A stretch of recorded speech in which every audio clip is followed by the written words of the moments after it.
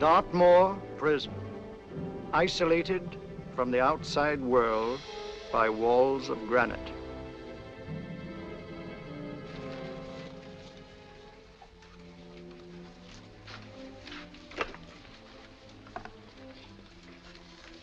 They say you could get out of here by merely telling what you know.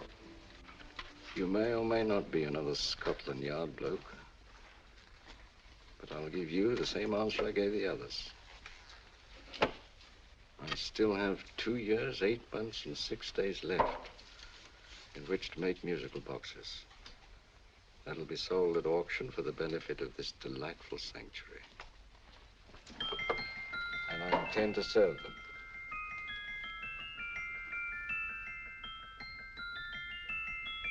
Move along. And now we come to the next object on our list, or I should say objects, because there are 3 of them. Now, ladies and gentlemen, these can be bought together or separately.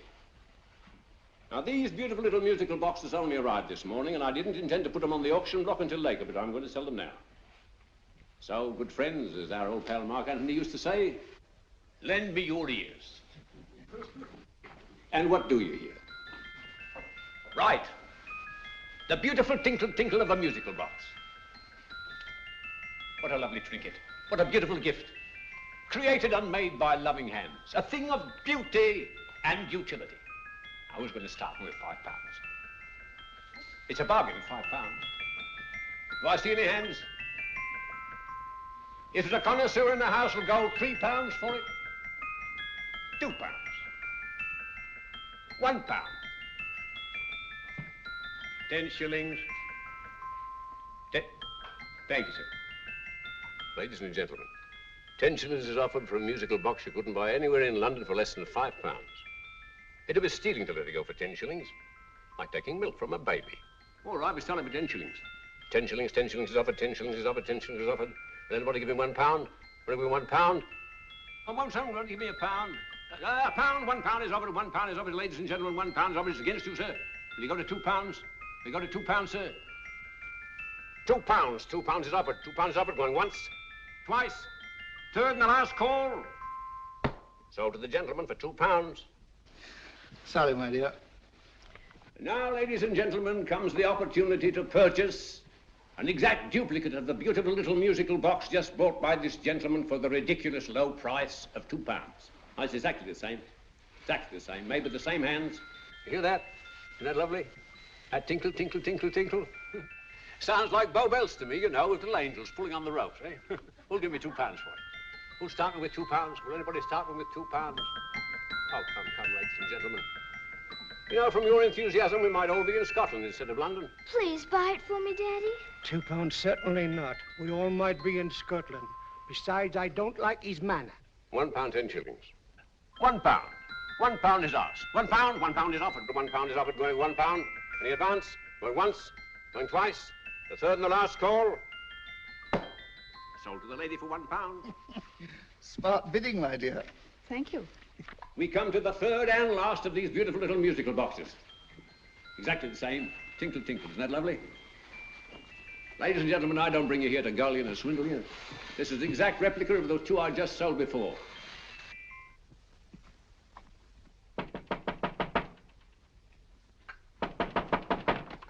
We're closed. But this is extremely important. Come in, sir, come in. I'm sorry to disturb you, but I was unfortunately delayed from arriving in time to bid on certain articles which I was rather anxious to obtain. Oh, perhaps they weren't sold, sir. We are carrying several things over. What might the articles be, sir? 3 identical musical boxes, about so large. Oh, I'm sorry, sir, but they were sold. Pity you weren't here to bid on them. They didn't bring anything like the real value. I'm most anxious to obtain them. I wonder if your records would show who the purchasers were. Oh, we don't usually give out that information, sir. For certain, shall we say, sentimental reasons, I'm most anxious to get in touch with the purchasers. I'd be willing to pay, shall we say, £5. Well, for certain sentimental reasons, sir, we'd be very happy to oblige. Alfred, today's sales. The 3 musical boxes. Musical boxes, oh. Ah, here we are. The first purchase for £2 from Mr. Julian Emery, 52 Portman Square. Write these addresses down, Alfred. Yes, sir. Second didn't leave any name. Oh, how unfortunate. I think she's a dealer. You see, they don't like us to know where the things are going. On account of the profits. You say the second purchaser was a woman. Can you give me a description of her? Oh, she was a young woman. Fairly tall, slender. She had a light complexion and dark hair, and she was wearing A grey suit, don't you remember? That's right. She probably runs a gift shop. She paid £1. You say she comes here fairly frequently? No, I didn't say so. But she does, sir. Like as not, she'll come in on Thursday. We have sales on Mondays and Thursdays. Oh. And the third box? The third, Mr. William Kilgore, 143B Hampton Way. For 10 shillings. Quite a drop from £2. Mr. Kilgore was a Scotchman. Oh. Thank you. You've been most helpful. Oh, thank you, sir. And any time you're passing, drop in. We always have lovely things for sale. Our card, sir? Thank you. I'll be back Thursday.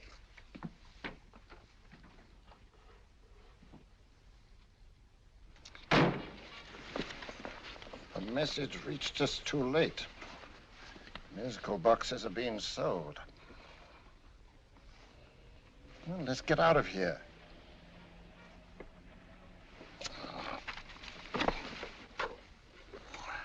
Someday you'll go too far. Reaching for a star, you fool. Yet a fool may touch a star, Colonel Cavanaugh, if he but reach high enough. But not possess it as you would. The musical boxes, they're being sold.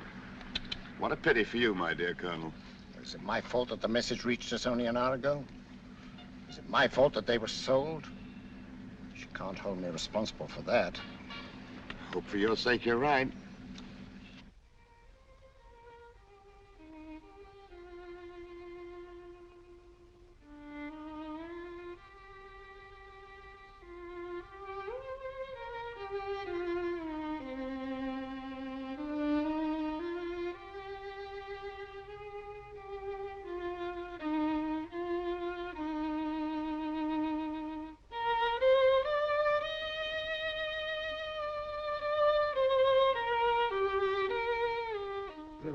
Upon you tonight at 7:45, a gentleman who desires to consult you upon a matter of the very deepest moment.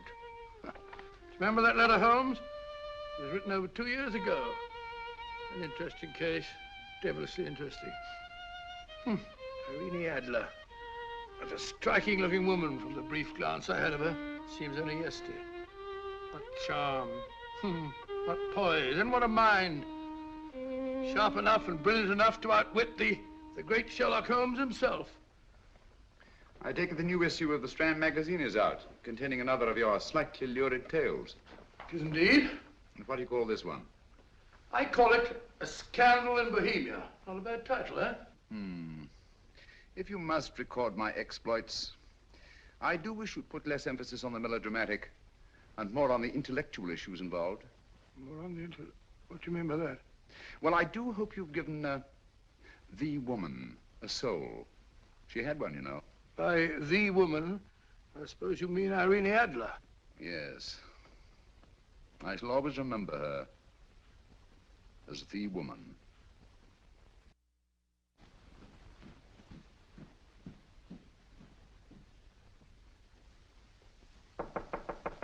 Come in. I think. That's him, old boy. How are you? How are you, old boy? I haven't seen you for years. I want you to meet my old friend Sherlock Holmes. Holmes, this is Stinky. In other words, Julian Emery. How do you do, Mr. Emery? Watson has often spoken of you. Oh, has he? Yes, we were at school together. Yes, more years ago than I care to remember, but you didn't come in here just to remind me of that.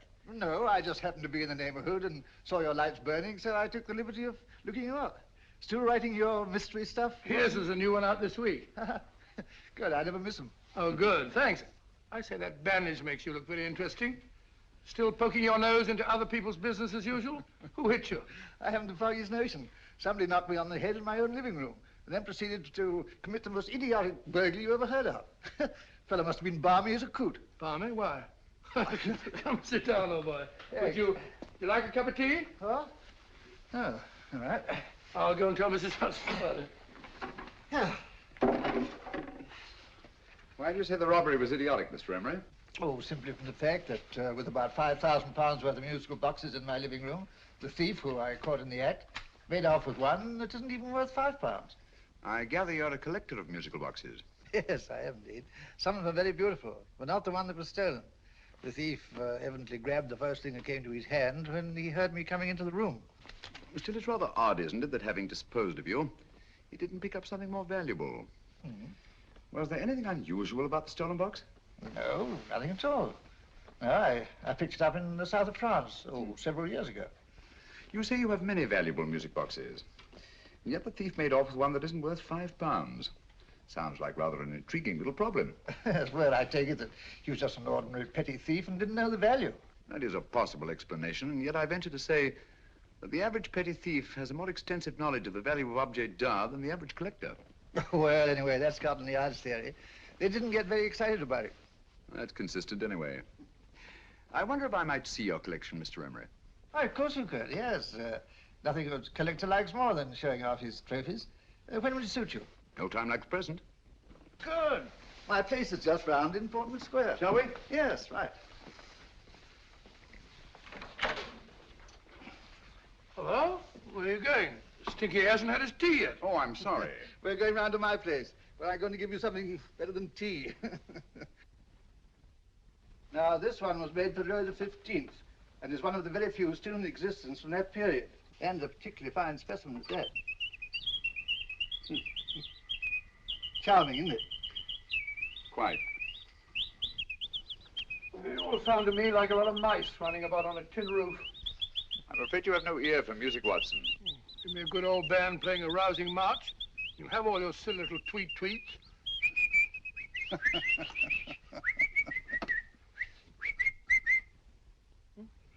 Another one. This is me.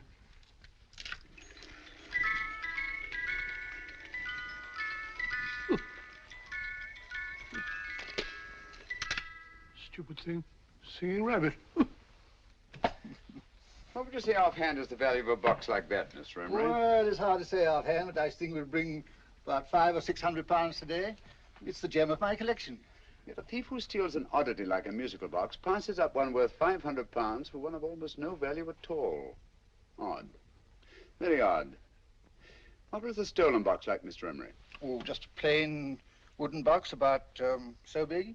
As a matter of fact, I have one over here almost exactly like it. I picked this up yesterday at an auction room in Knightsbridge. Paid only £2 for it. Of course, I wouldn't in the ordinary way add one like this to my collection, but the tune intrigued me. I'd never heard it before.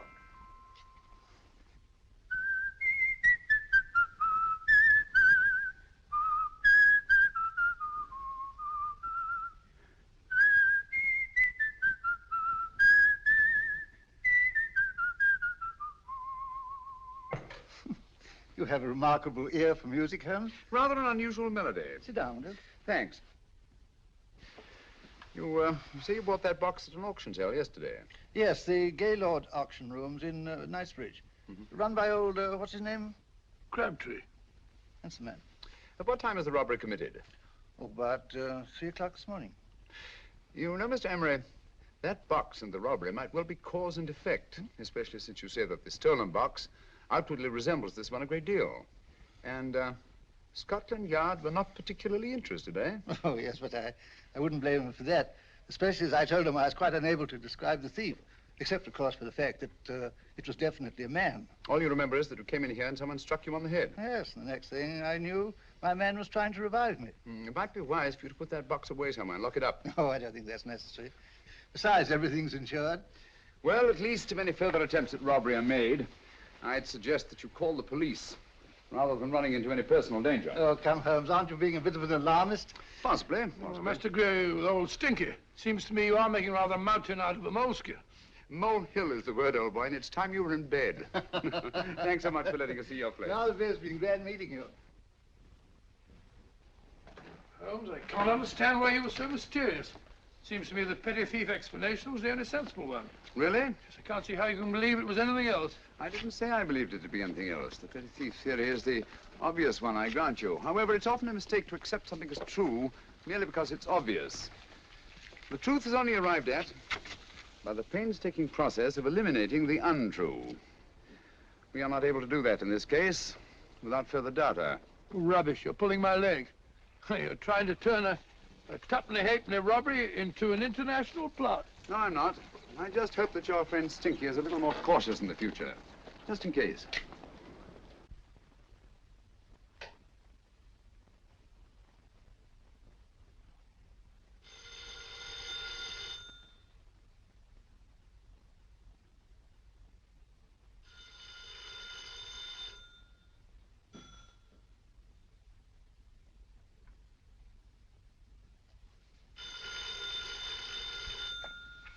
Hello?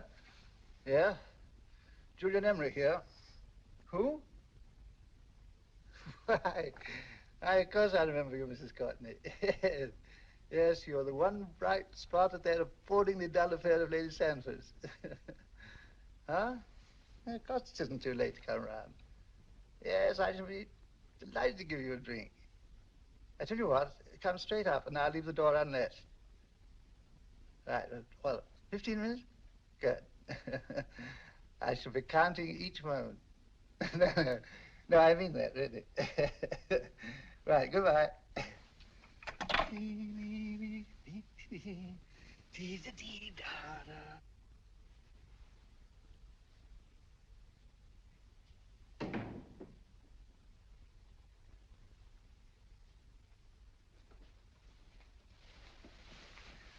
Boo!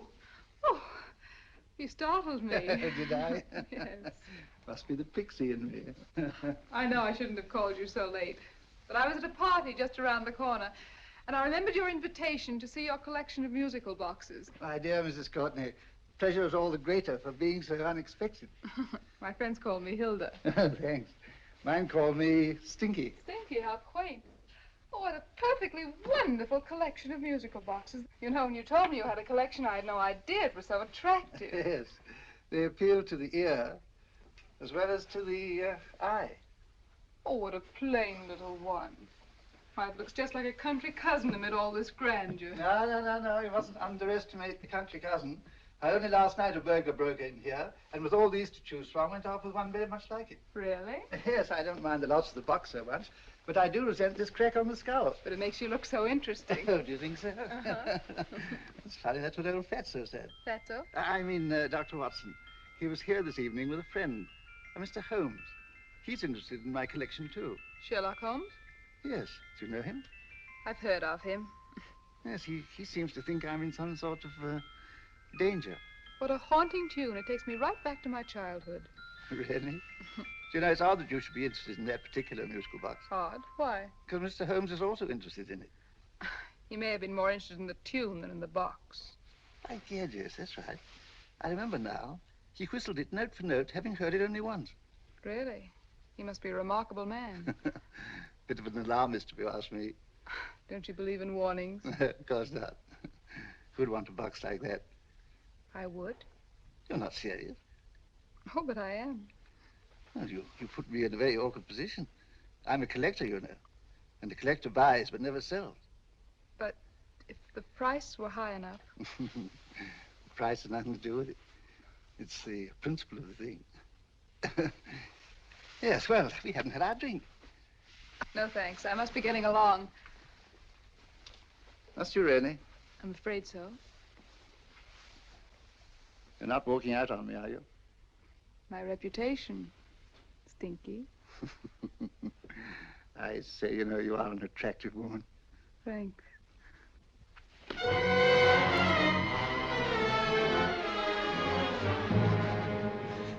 You fool. I told you to wait outside.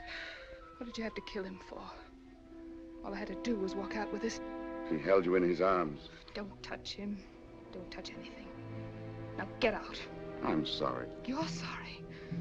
What about me? This is murder. What about Scotland Yard? What about Sherlock Holmes? Now get out!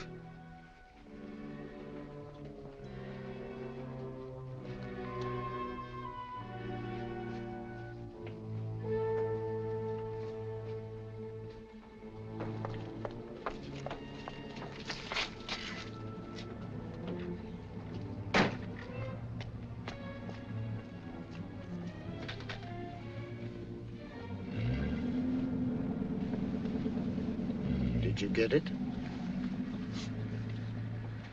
Good. Did you have any trouble with him? Just a matter of murder. Ah, Mr. Holmes. Hopkins? Thanks for coming so promptly. Inspector Lestrade suggested that I call through to you. Mr. Emery was the client of Mr. Holmes, Inspector. Indeed. You didn't mention that when I telephoned you, Mr. Holmes. Well, not exactly a client, Inspector. Sergeant Thompson? He was killed between the hours of 11 and 2 o'clock this morning, Mr. Holmes. Must have been someone he knew, someone of whom he had no suspicion. Poor old Stinky. It's all my fault. I should have prevented this. Well, it's no time to start talking about that now, Doctor. Apparently it's gone. That's the second attempt on the musical box that Emery bought at the auction sale. And this time it was successful. But that box was only worth £2. It was worth a man's life, Watson. I think we'd better pay a visit to Gaylord's auction room and that fellow Crabtree. Inspector, may I suggest that you make a complete search of this flat for a small, plain, musical box about that size? Thank you. Come on, Watson. You say the first box went to Mr. Julian Emery. The second to Mr. Kilgore, 143B Hampton Way. And the third to the unidentified young lady who presumably has a shop and lives near Golders Green. That's right, Mr. Holmes. Isn't it rather strange, Mr. Crabtree, that you should have had 3 identical musical boxes all playing the same tune? Where'd they come from? Dartmoor Prison. Dartmoor? Yeah, we get a regular shipment from there every month. The inmates manufacture them. Well, they make all kinds of things, you know, pipe racks, waste paper baskets, musical boxes. Did you happen to notice if anyone showed any particular interest during the auction in the purchasers of these 3 boxes? Oh, come now, Mr. Crabtree. This is very literally a matter of life and death. Well, since you put it that way, Mr. Holmes, there was a gentleman came in here about an hour after closing time, and he was in an awful state, he was. He gave me £5 to tell him where the boxes had gone to. He said they had a sentimental value for him, sir. Expensive sentiment. Can you describe him? He was tall, distinguished looking, and he had grey hair and a moustache. He was quite a gentleman, sir. What was his reaction when you were unable to supply him with the address of the young lady who owned the shop? I told him the young lady usually come back on Thursday. He said he'd come back on Thursday. Now, that's tomorrow. Thank you, Mr. Crabtree. You've been very helpful. Thank you. Come along, Watson. Where are we going now, Holmes? To the home of Mr. Kilgore, the man who bought the 3rd box.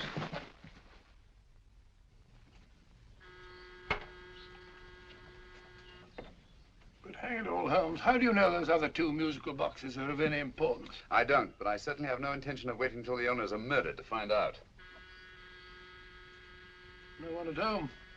I hope that's the explanation. I'll have a look through this window.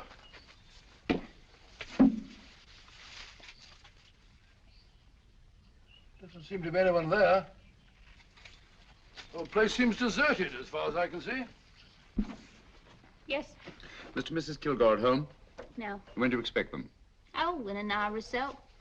There's no use you're hanging about. They don't buy nothing from peddlers. Peddlers? My good woman, this is Mr. Sherlock Holmes. Sherlock Holmes? Oh, go on. Do you mind if we come in and wait? My business is rather urgent. Well, I've got to go out and do my shopping. And I don't know if Mrs. Kilgore would like any strangers nosing about. Quite all right, I assure you. Well, I've got to be off. You 2 wait in the parlor. And no smoking either. Mrs. Kilgore says it smells up the house.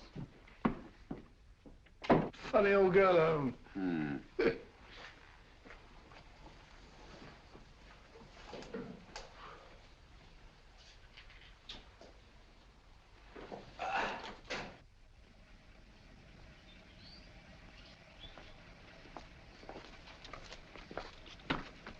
Park Lane. Park Lane?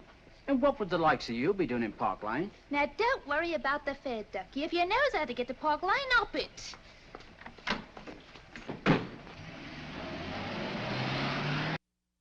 You know, Holmes, I've been thinking. There must have been something hidden in that box of old Stinky's.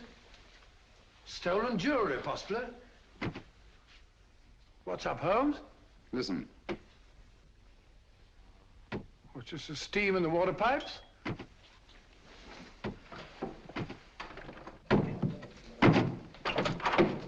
Watson! Great Scott! Come on, Holmes. Get on the chair here. It's all right, my dear. There. Now, don't worry. It's all over. There you are, dear. Don't cry anymore. She tied me up and shut me in the cupboard. I know. She won't come back. Did you show her your new musical box? Yes, she said she wanted to hear it play, and as soon as I showed it to her, she grabbed hold of No, I me. know. Now, don't worry. We'll buy you a new musical box. Yes, my dear, the best one in London. Watson. Oh, what a fool I've been. What do you mean, Holmes? She took the musical box out of this house in that market basket, right under our very noses. Why could the Kilgore charwoman want to take the music box? She isn't the Kilgore charwoman. She's a consummate actress. An extremely clever, unscrupulous woman who will stop at nothing. Take care of the child, will you, Wolfella, till our parents get back. Explain everything to them. Of course I will. But, Holmes, where are you going? Somewhere, somehow, I must get to the young lady who bought that third musical box before our opponents find her. I only hope that I won't be too late. Oh, no.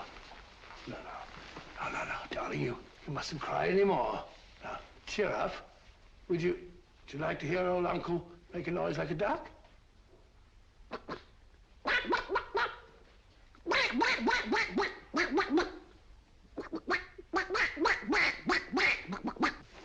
Oh, sorry.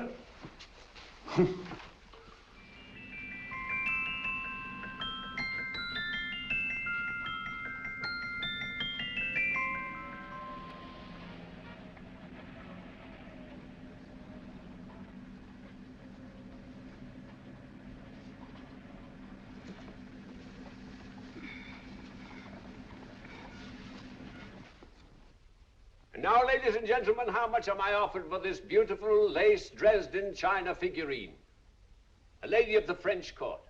Now, this is the genuine article. What a beautiful ornament for your mantelpiece. Or you could use it as a centerpiece on the dining room table. Now, will somebody start me for £10? Will somebody start me for £10? £8? £7? All right, £5 is offered, £5 is offered, £5 is offered, £5.10, £5.15, £5.15. £6 is offered, £6, going once, going twice. The third and the last call. Have you all done? Sold to the lady from Twickenham for £6. Next, we have a real museum piece, ladies and gentlemen. A fine 19th century doll. The costume an exact replica of the holiday clothes worn by the Hungarian peasant women. Now, ladies and gentlemen, an article like this will cost you from £15 to £20 in a West End shop. I'm not going to ask you for anything like that. Who'll give me £2 for it? £2. Anybody offer me £2? £2 for the Hungarian? £2? £1. What? Anybody give me £1? Anybody offer me £1 for the doll? £1 is offered, ladies and gentlemen. £1 is offered. Now, I'm not going to waste your valuable time or mine in trying to get one half of what this beautiful doll is worth. If the young lady can steal it for £1, that's her good fortune. So it's going once, it's going twice, the third and last call. Any more? Sold to the young lady for £1.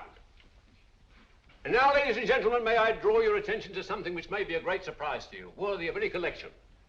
The only other one like it is in the British Museum. It's a Ming vase of the 7th dynasty. This vase lay in a large collection somewhere outside Rome for over 2 centuries, I understand. It was discovered there by the noted antiquarian, Sir Andrew Coppleston. Now, some of you may remember Sir Andrew Coppleston. Besides being a noted traveler and antiquarian, he's also a gentleman rider.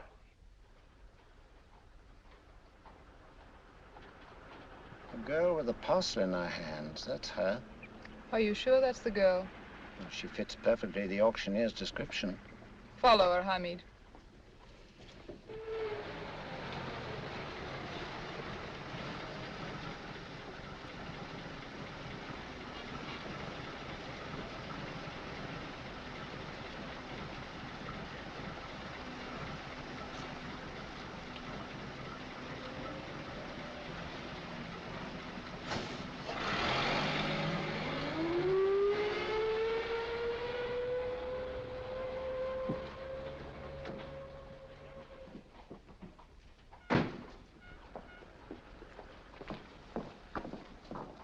It's lovely, dear. And only £1.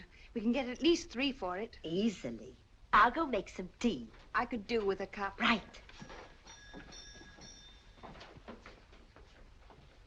Good afternoon. Good afternoon. I'm looking for a birthday gift for a 7-year-old girl. What would you suggest? We have some lovely dolls. Now, this Hungarian I think peasant- she has enough dolls already. Books are always welcome. Well, I'm looking for something a little different. Well, that's rather cute. What is it? Well, that's a musical box. Children always love them. And this is an exceptionally nice one. It plays many tunes.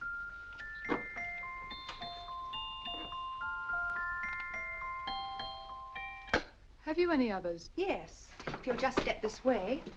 I have only 2 left.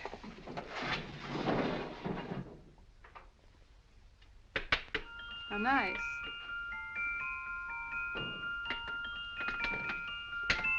Are you sure this is all you have? I'm sorry. They're rather hard to find, you know. That's our entire allotment. I did have one other, but I sold it earlier this afternoon. But it was only a plain wooden one. It wouldn't have been a very nice gift for a child. Really? Do you happen to know who the purchaser was? Why, yes. He left his card, just in case anyone should inquire for him.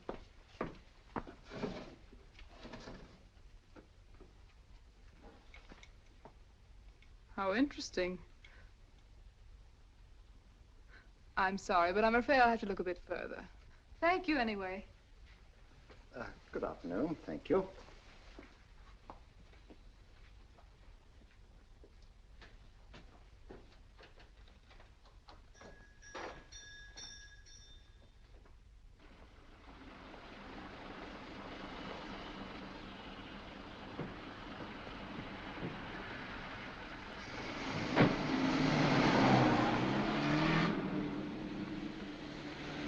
Heavy!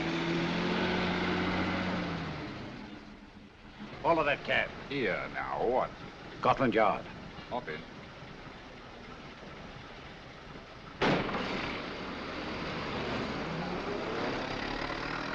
Sherlock Holmes. I might have known.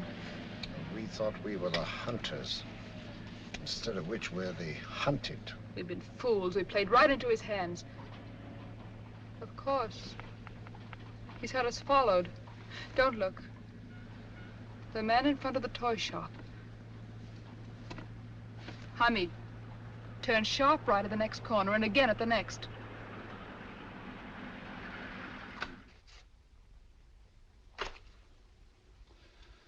No photograph of her, Commissioner, as I expected.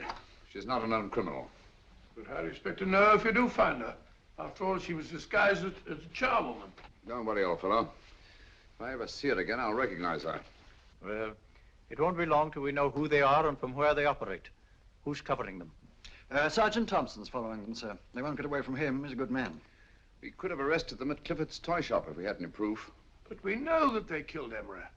Proof, my dear fellow. We must have proof. We have X-rayed it, sir. There's nothing whatever concealed in the box. We'll have a look at the plates.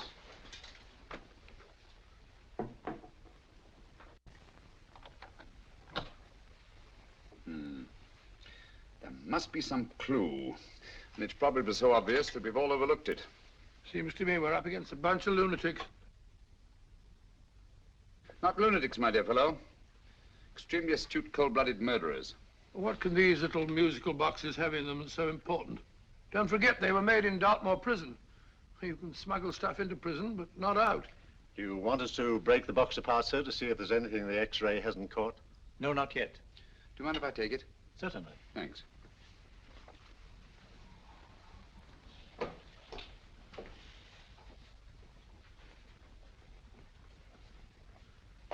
The governor of Dartmoor prison informed us, sir, in answer to Mr. Holmes' question, that all 3 musical boxes were made by the same convict, John Davidson, serving a 7-year term, sir. Davidson? The Bank of England plates. That'll be all. Yes, sir. Now we're getting somewhere. Wait a minute. How did you know about the plates, Mr. Holmes? I'm a student of crime, Inspector. I make it my business to know about such things. And when the name of Davidson was mentioned... Well, who is this fellow Davidson? As long as Mr. Holmes seems to know all about it already, I suppose there's no harm in telling you. 2 years ago in London, there occurred a robbery of such tremendous importance, although the stolen articles themselves have no intrinsic value whatsoever, that the Home Secretary was instrumental in seeing that not a word of it appeared in any newspaper. But you never told me anything about this, Holmes. You were away at the time. Articles of no intrinsic value and yet of such importance? I don't understand. Davidson was apprehended within 15 minutes of committing the theft.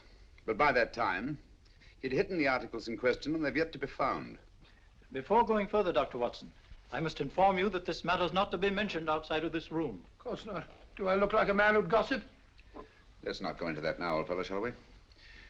Davidson had been employed for years in a position of extreme trust by the engravings department of the Bank of England. The articles he stole were nothing less than a complete duplicate set of plates for printing £5 notes. What? The Bank of England's own plates? Precisely. And with those plates, a gang of crooks could flood England with £5 notes, not forged in the usual sense of the word, but notes undetectable from genuine Bank of England notes in any way whatsoever. Good heavens. Any whisper at all might have resulted in enormous damage in shaking public confidence in the Treasury. We tried everything after we arrested Davidson. Offered him a shorter sentence if he'd tell us where he'd hidden the plates. Why, we even put in Scotland Yard men with him as cellmates, but no results. Obviously, Davidson is a man of strong character and infinite patience.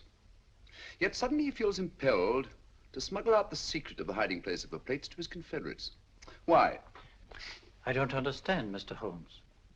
Well, for example, has the Bank of England made any plans to radically change the design of the £5 note so that in, say, 7 years from now, notes made from the stolen plates would be worthless? Confidentially, Mr. Holmes, such a move was discussed. But replacing all the £5 notes in circulation would be such a Herculean task that nothing's been done about it as yet. I see. Of course, there is another possible explanation. Davidson didn't have much time to find a hiding place before he was captured. He may be afraid that the plates will be accidentally discovered before he's released. Hence his anxiety to communicate their whereabouts to his confederates as soon as possible. I believe you've hit it, Mr. Holmes. I'm sure that the message is contained in this musical box. Or rather, in all 3 musical boxes, since possession of all 3 seems to be essential. Our opponents have 2/3 of the puzzle, we have 1/3. Well, what are you going to do, Holmes? Try to deduce the message from the 1/3 that we have.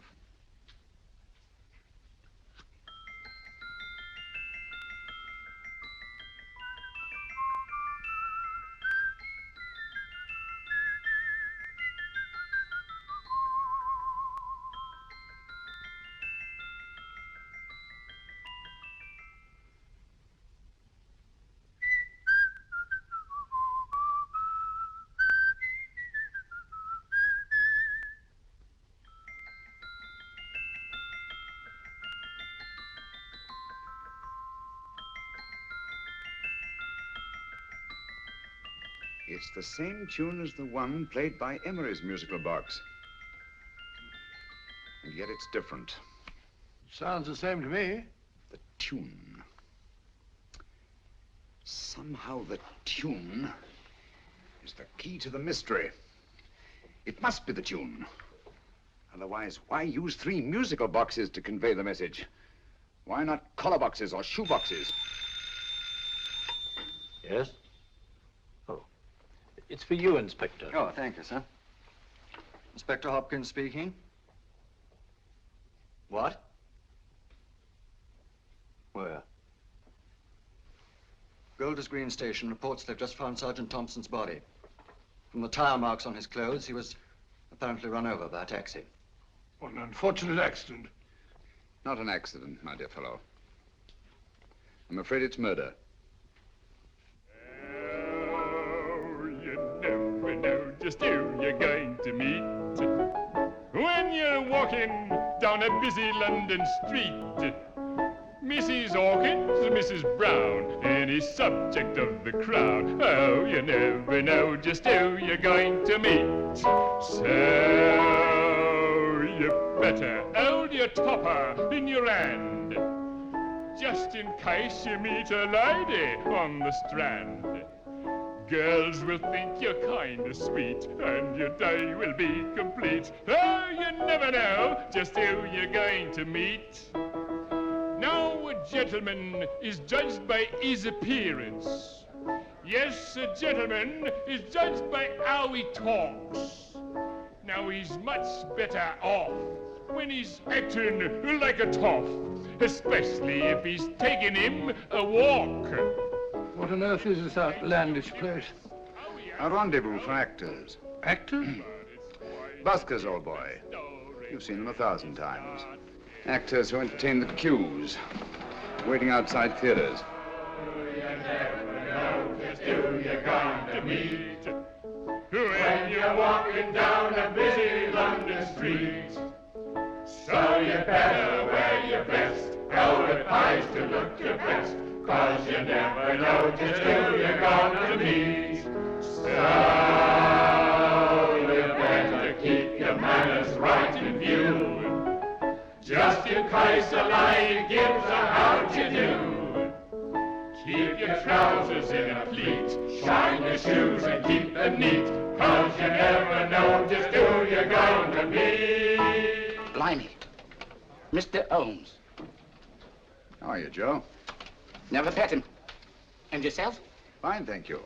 I want you to meet a friend of mine, Dr. Watson, Joe's sister. Oh, well, any friend of Mr. Holmes is a friend of mine. Hi, Joe. He did me a good turn once that I'll never forget. Yes, I cleared Joe of a most unpleasant charge. Murder, no less. Oh, really? By proving to the satisfaction of the police that he was busy at the time blowing open someone's safe. That's right, Governor. Good gracious me.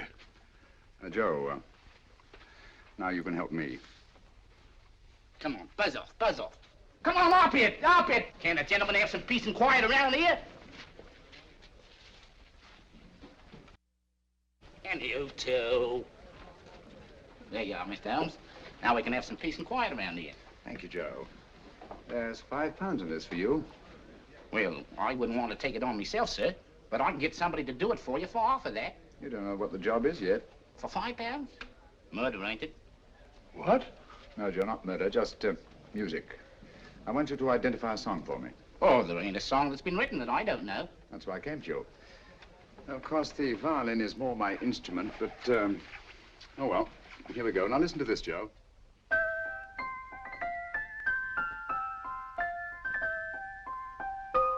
Wait a minute. You're playing that wrong. That should be E natural, not E flat. You know the song? Oh, yes. It's an old Australian song called, The Swag Man. But you're playing it all wrong. That's what I hoped you'd say. Now, listen again, Joe.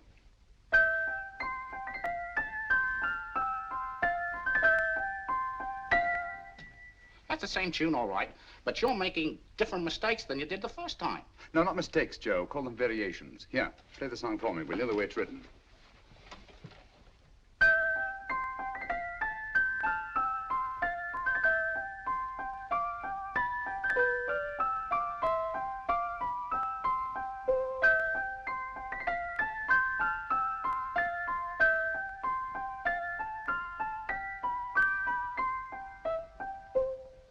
There you are. Thank you, Joe. What's it mean, Holmes? Are you onto something? Perhaps. I don't know yet. It's probably a code of some sort. Joe, could you write the song down for me, the way it was originally written? Oh, sure, Mr. Holmes, but it'll take a few minutes. Here, Mabel. Pale ale. Come on, up to it. Along with it.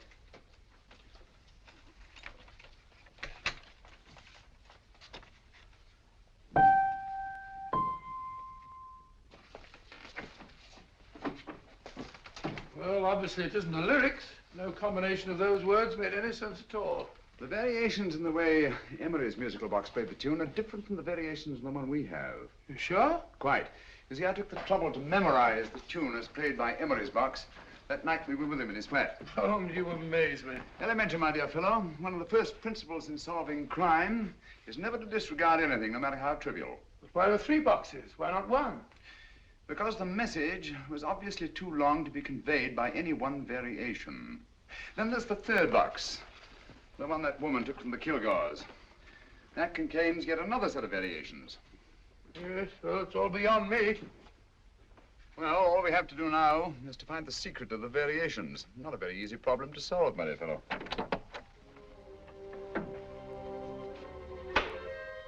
Hello. What's up? We've had company.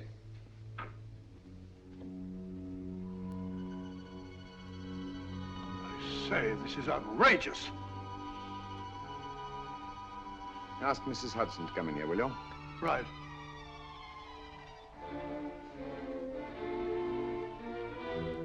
Hudson?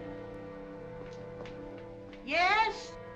Oh, there you are. Will you come up here at once, please? Coming, sir.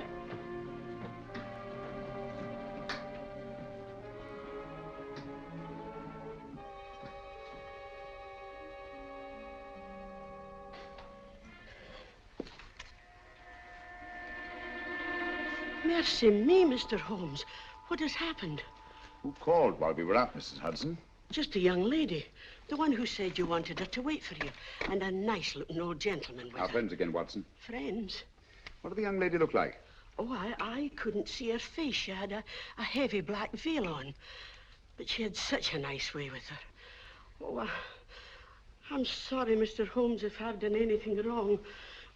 But you did say I should always let clients come in and wait for you. Don't worry, Mrs. Hudson, don't worry. You had no way of knowing.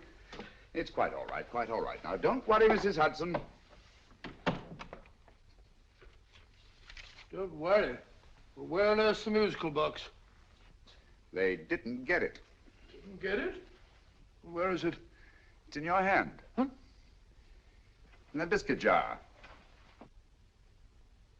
Take the biscuits off the top. Now put your hand inside, and you'll find the music box. Well done, Holmes. Well done. Amazing.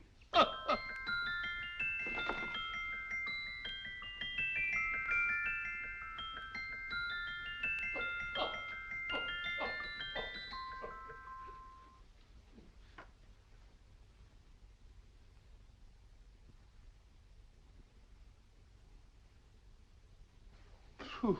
Nice fresh smell. Like a pub after closing time.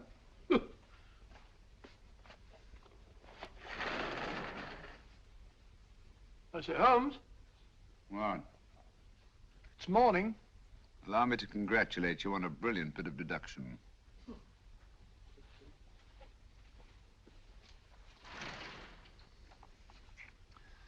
It's not a transposition, not a polygraph transposition, not a trigraph, nor any known form of decoding. How about the Morse code? Have you tried that? Yes, at about 3 o'clock this morning. I'm sorry, old man. I was only trying to help.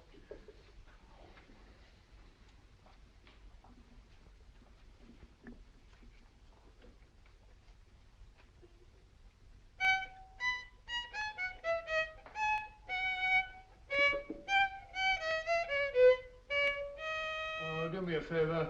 Not again. Must have heard that thing 1,000 times. Kept me awake all night.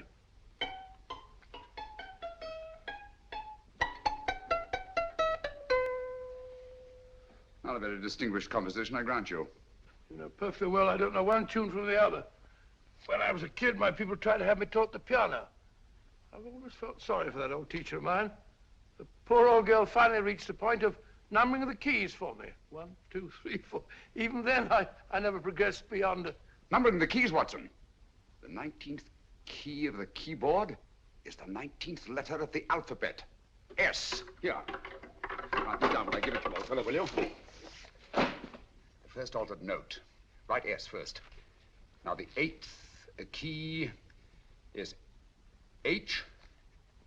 The 5th key, E. The 12th key, L. The 6th key, F. S-H-E-L-F. Shelf. Your piano lessons were not in vain, old fellow. You've solved it. Thank you. Thanks, old bean. Hold it. We now have 2/3 of the message. Behind books, third shelf, secretary, Dr. S. Presumably, these are the first and second portions of the message. And this gang has the first and third parts of it. Precisely. Then it's a stalemate? Yes, Commissioner, but we can't leave it like that. There's no doubt in my mind that they'll try to secure our third of the message that's missing. Well, I assume you've taken every precaution to guard the Clifford music box. Oh, yes, it's carefully hidden at Baker Street with Dr. Watson on guard. However, I'm reasonably certain that, difficult as it may be, we can find the plates even without the missing part of the message. Behind books, third shelf, secretary, Dr. S. Well, outside of the fact that Davidson hid the Bank of England plate somewhere in London, Mr. Holmes, I don't see that we've progressed at all. Allow me to point out to you, sir, the key words, Dr. S. It looks as if the plates were hidden in the house of the doctor. Whether S stands for his first or last initial remains to be determined by a process of elimination. Well, there must be 10,000 doctors in London with S for a first or last initial. Precisely. And every one of them will have to be questioned in person. That's why I say this is a task for Scotland Yard. It's a task, all right. But Scotland Yard has searched worse haystacks and found a needle. Well, for the time being, I'll leave the matter in your hands, gentlemen. We'll call you if and when we get a lead on our mysterious Dr. S. Thank you. In the meantime, I intend to follow up a little clue concerning a cigarette.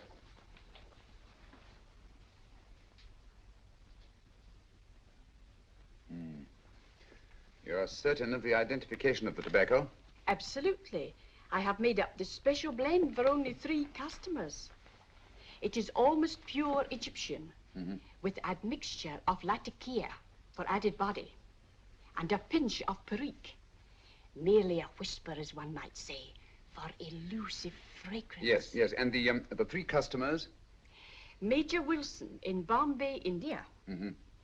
Mrs. Catherine Leamington Smith in Ireland. Yes, and the 3rd? Mrs. Hilda Courtney of Park Mansions, Bryanston Square. Thank you. Thank you very much. You've been most helpful. It is a pleasure to have been of service, Mr. Holmes.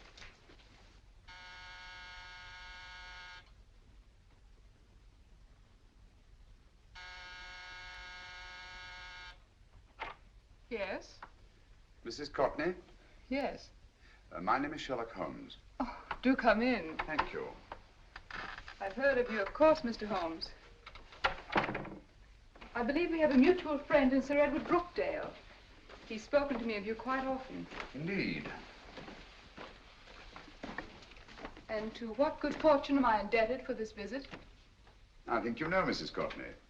Well, I did get a summons for speeding last week, but outside of that, I don't think I'm of any interest to the police. Oh, come now, Mrs. Courtney. You seem to forget that you and I have met before. I'm sorry. I'm sure I would have remembered meeting the great Sherlock Holmes. Please sit down. Thank you. You say we met before. Yes. At the home of Mr. and Mrs. Kilgore, 143B Hampton Road. Kilgore? I don't think I know anyone of that name. Well, I didn't say you knew them. As a matter of fact, you called on them when they were out. I don't understand, Mr. Holmes. Really? And you were dressed rather differently. Indeed. Cigarette? Thank you.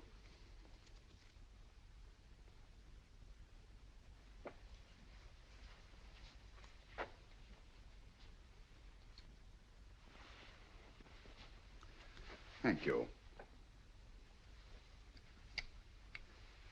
You know, Mrs. Courtney, people generally forget, in assuming a disguise, that the shape of the ear is an almost infallible means of recognition and identification to the trained eye. Evidently, you've mistaken me for someone else. Oh, no, not at all. Though naturally, I expected your denial. But when you paid your visit to my rooms at Baker Street, you carelessly left behind another identification. They're,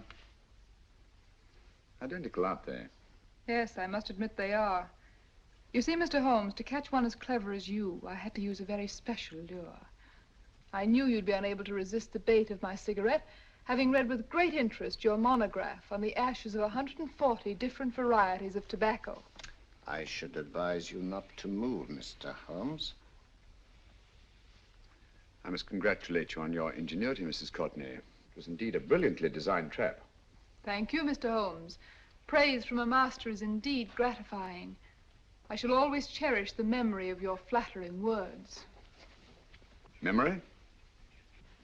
Precisely. I'm afraid these gentlemen have a most regrettable task to perform. Unless, of course, you care to turn over the missing musical box with your pledge to take no action against us in the future. I'm afraid that will be impossible. I thought that would be your answer. Hamid! Careful! Careful. There's no need to be unnecessarily rough with our distinguished guests. You realize, Mr. Holmes, that your demise will not take place here. The corpus delicti, you know. Well, naturally. Shall we go? It's so fearfully awkward having a dead body lying about. Don't you agree, Mr. Holmes? Another dead body shouldn't weigh too heavily on your conscience, Mrs. Courtney.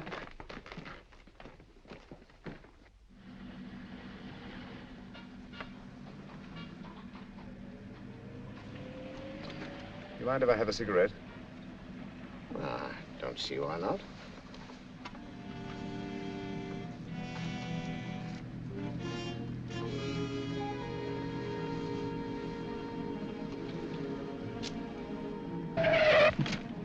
Be careful, Hamid. It's the brakes, they bind. Thank you, Colonel Kavanagh. It's very considerate of you.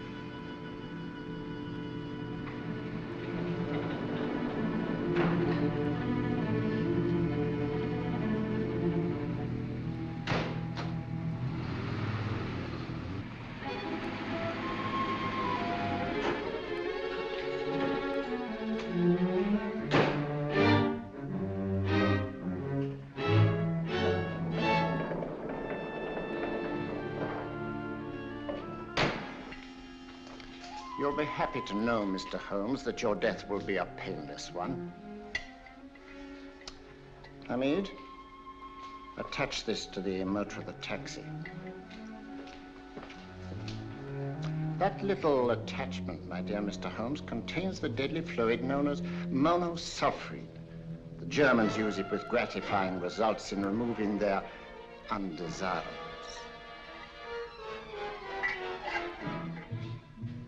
Start the motor.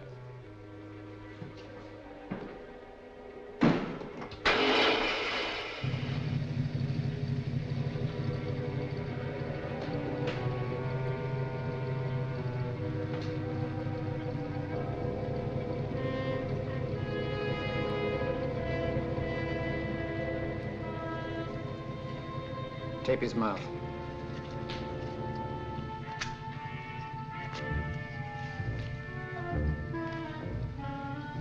Now, up with him, Hamid.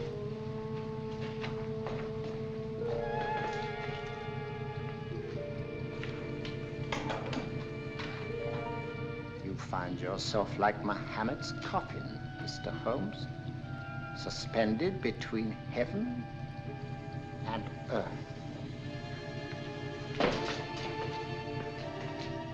Plenty of fuel in the tank? Good. It would be too bad to have anything go wrong through so simple an oversight.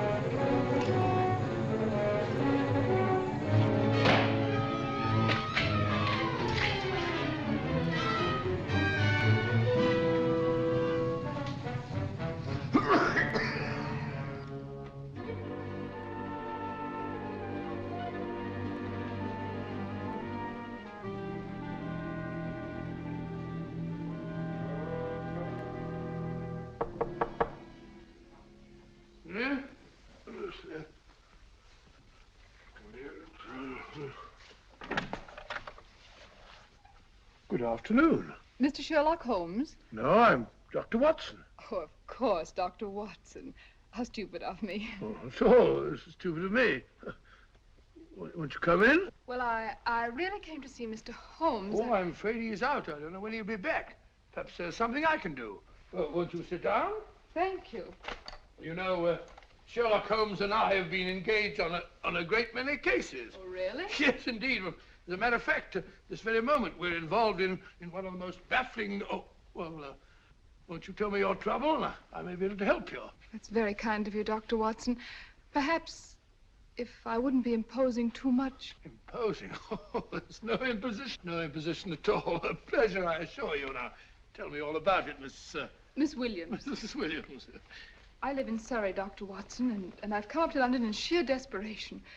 My only sister has disappeared, and the local police seem utterly unable to find her. Well, Holmes and I solved a case exactly like that once. Very interesting as far as I remember. I call it the adventure of the solitary cyclist. Oh, sorry. Now I come to think of it, it wasn't so very similar. Entirely different. I don't think what I was saying. Where were we? She's only 17, Dr. Watson, and until she disappeared last Thursday, she seemed to be in the best of spirits. Possibly a romantic entanglement? Oh, no, nothing of the sort. She left no note, didn't even pack a bag, no explanation. She just started to walk to the village from our house in broad daylight and simply vanished from the face of the earth. Oh, there. Might I have a glass of water? Please, glass of water. Have one in 1 minute.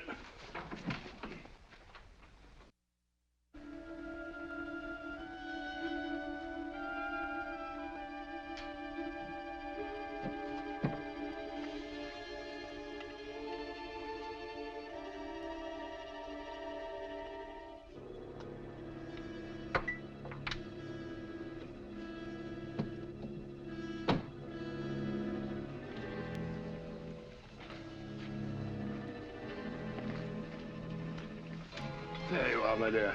Thank you, Dr. Watson. No, you're not to cry anymore. You must pull yourself together. Oh, I feel much better already knowing that you're going to help me. Oh, Dr. Watson, look! Good heavens!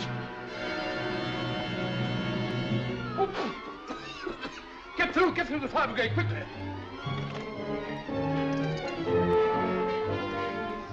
Haven't you a fire extinguisher? By Jove, we have in the kitchen.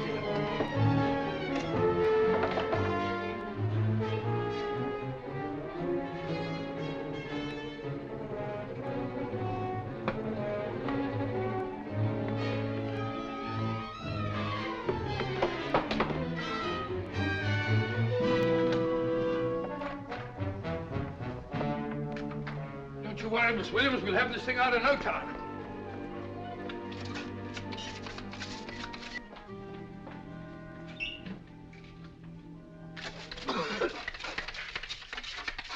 That's got it. Get some air. Well, you see, there was no need for the fire brigade after all. I hope you weren't too frightened, Miss Williams. Oh, gone. That's the trouble with women. They always lose their heads in an emergency. Well...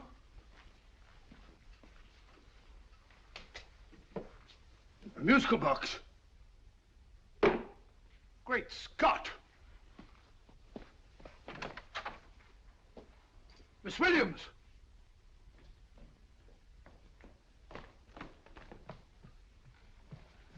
Well? Good.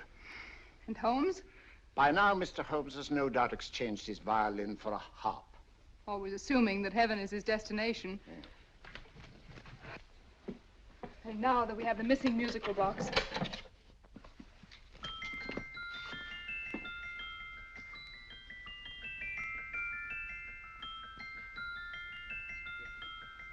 Nineteenth note.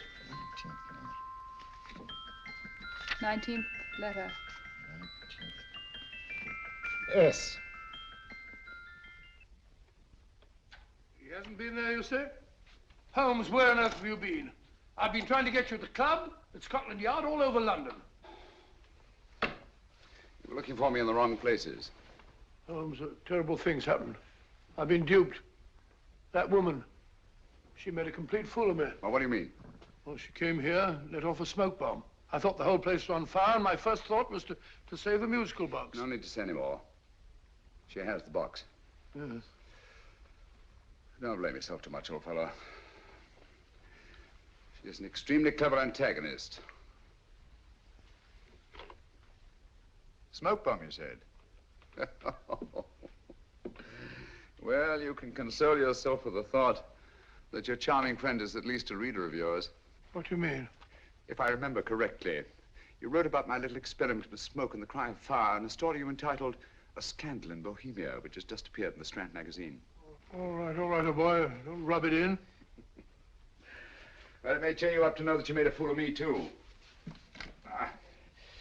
That cigarette stub was planted here for one express purpose. We're going to bandaging around this place. Bandaging? What's the matter, Holmes? You hurt? Explanations will have to wait until later. At the moment, we're faced with a problem which I fear is insurmountable. Come over here, old boy, will you? Right. Our opponents are in possession of all 3 parts of the code. And here are we, while the Bank of England plates pass into their possession. Cheer up, old fellow, cheer up. As Dr. Samuel Johnson once said, there's no problem the mind of man can set that the mind of man cannot solve. What's that, old fellow? I was just quoting Dr. Samuel Johnson. He said there is Thank you, Watson. Thank you. Leaving the front reception room, we come into the main hall, where Dr. Johnson was in the habit of passing through to have his meager meals in the dining room opposite, in company with his friend and biographer, James Boswell. We will now pass up the stairway, which remains in its natural wood finish, just as it was when the good doctor was here. The framed etching on the wall is believed to have been presented to Dr. Johnson by the distinguished painter, Sir Joshua Reynolds. I've been told here that picture was given in by Mrs. Thrale, and it's definitely not a Reynolds. Is that important, my dear? Oh, I'm sorry. This way, ladies and gentlemen, please, this way. Move along, children, move along. The secretary's not on this floor. Patience, Hamid. I have a feeling My that... dear Colonel, with Sherlock Holmes out of the way, what could go wrong?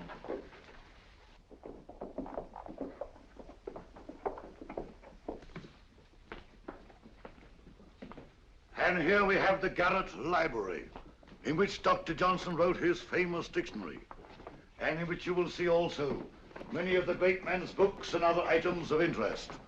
Step forward, ladies and gentlemen, please, step forward.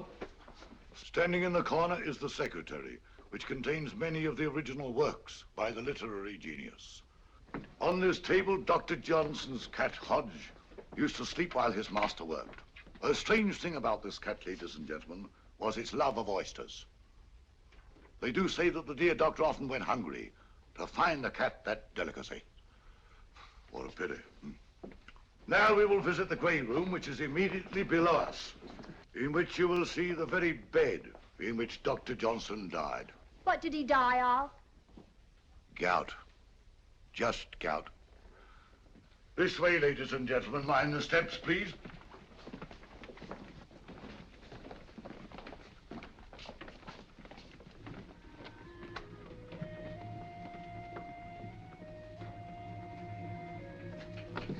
Your keys.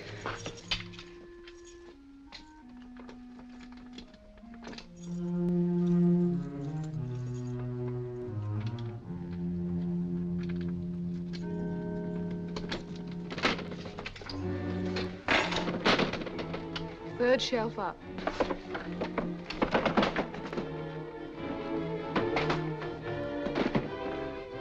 The knife.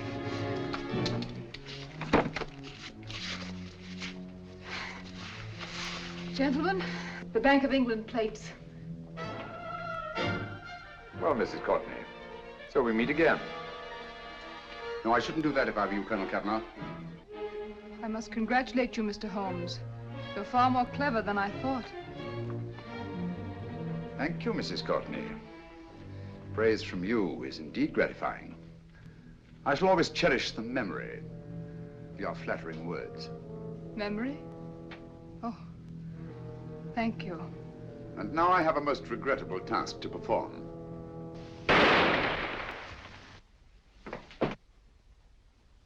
Holmes! Coming, Holmes! Holmes, you all right? Perfectly, thank you, old fellow, but I think this gentleman on the floor requires some medical attention. We must see that he looks his best, you know, when he's hanged. Take them in charge.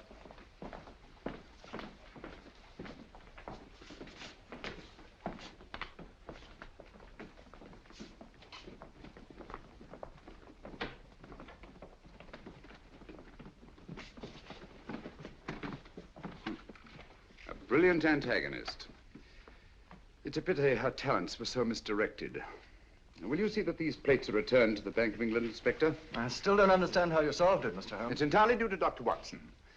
He gave me the clue when he mentioned Dr. Samuel Johnson. Well, congratulations, Doctor. Oh, thank you, Inspector. I don't think I'd have done it entirely without Mr. Holmes's help, you know.